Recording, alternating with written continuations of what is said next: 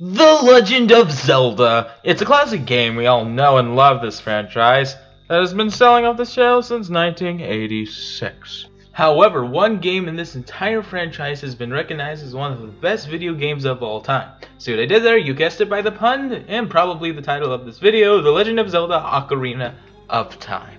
So I hope you enjoyed this review of The Legend of Zelda Ocarina of Time. I will do my best to explain it in great detail.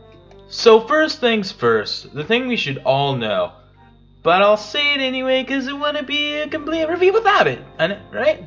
So it's the story. So you're Link, average 9-year-old, you know, chilling on the bed having wet dreams about 9-year-old Zelda, because that's what 9-year-olds do, of course, but then all of a sudden this beacon of light shows up, and it's just an annoying ass N-word. Nah, really. She informs you that you must save the Deku Tree. So what do? You grab a sword, find rubies from around the village to buy a shield, you tell this fucker to move, and boom, you save the Deku Tree.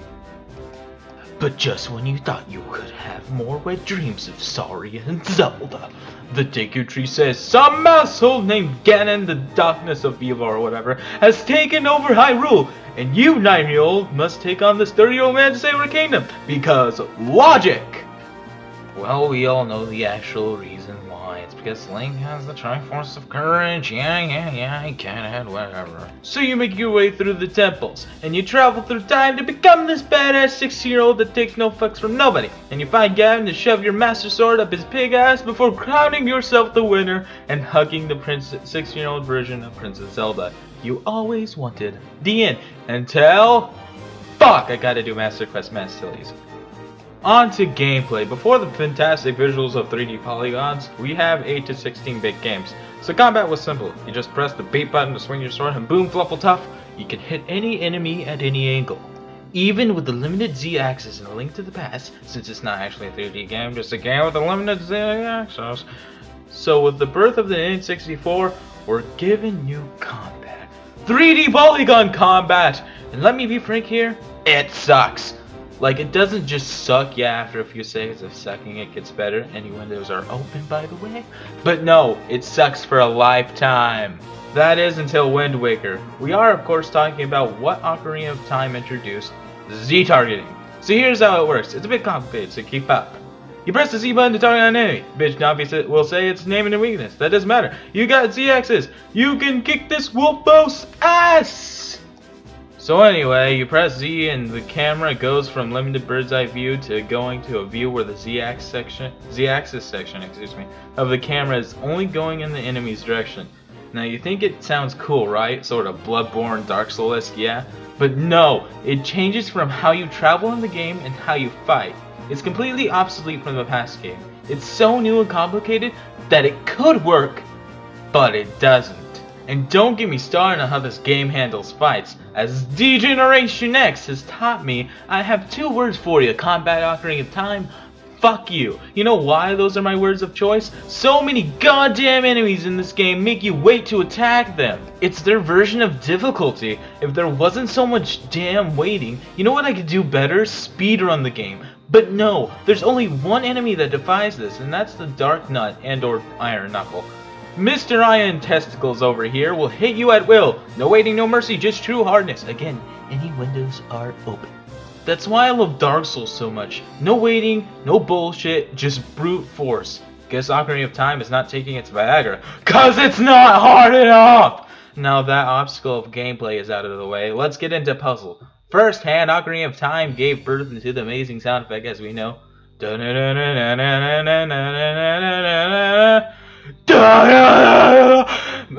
love that sound. In fact, yes, but it takes too goddamn long to get where I want and leave.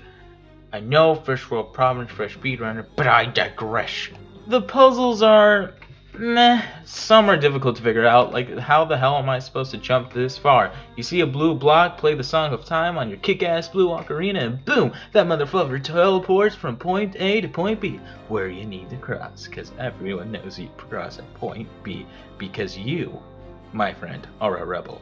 It's fucking genius, but then we come to the awful ones known as time switches kill all enemies, even the fucking keys, yeah I know, jumping on a button, pressing it, whoop-de-doo, and last but not least, the most obscure one of them all, the one that pisses me off so much, Shooting a fucking eyeball with your bow and arrow or slingshot.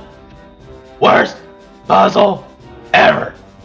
Now moving on, let's finish off this review with some good attributes of the game. It revolutionized all of 3D fighting and combat games like Dark Souls and Xenoblade.